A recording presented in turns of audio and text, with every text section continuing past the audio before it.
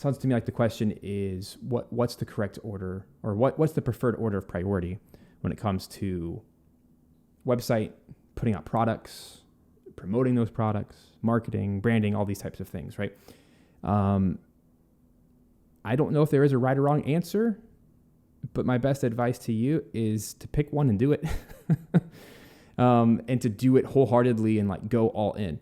We as creative people, it's exactly what we're just talking about, right? We as creative people, we always want to go to the next new shiny thing, right? We have this impulse, this desire. It's a healthy thing, by the way.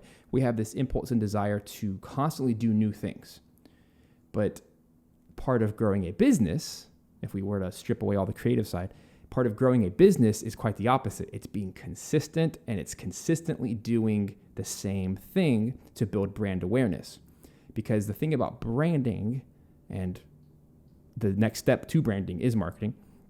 The thing about branding is it's all about having one consistent message that never changes. Since you as one person growing, hopefully from the ground up, debt-free, and trying to grow this thing while I know a lot of you have side jobs, or you have a day job and you're trying to grow the music thing until it can reach a certain income, and then you're trying to transition over. That's awesome, and I advise that. It usually takes 3 to 5 years.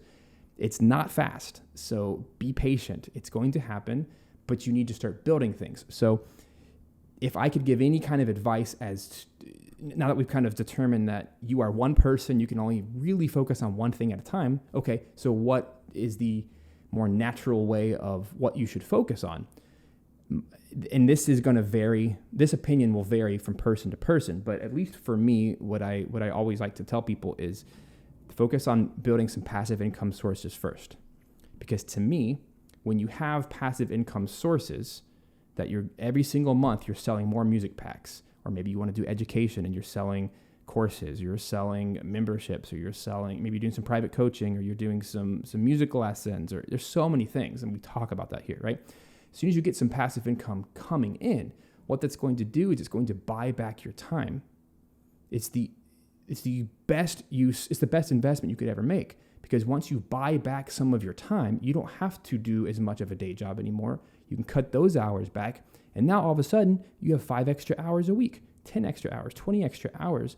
So what do you do with that time? You reinvest that time into the next part, which is how do I either build more products, or how do I get more sales, which is essentially branding and marketing. How do I grow my business?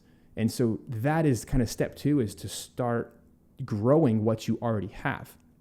And from there, you see how it kind of answers the question, right, Will? Because we're talking about, do we build the product to go sell to have passive income, or do you focus on branding and marketing to sell the product? So you see how the chicken and the egg, like one has to come first.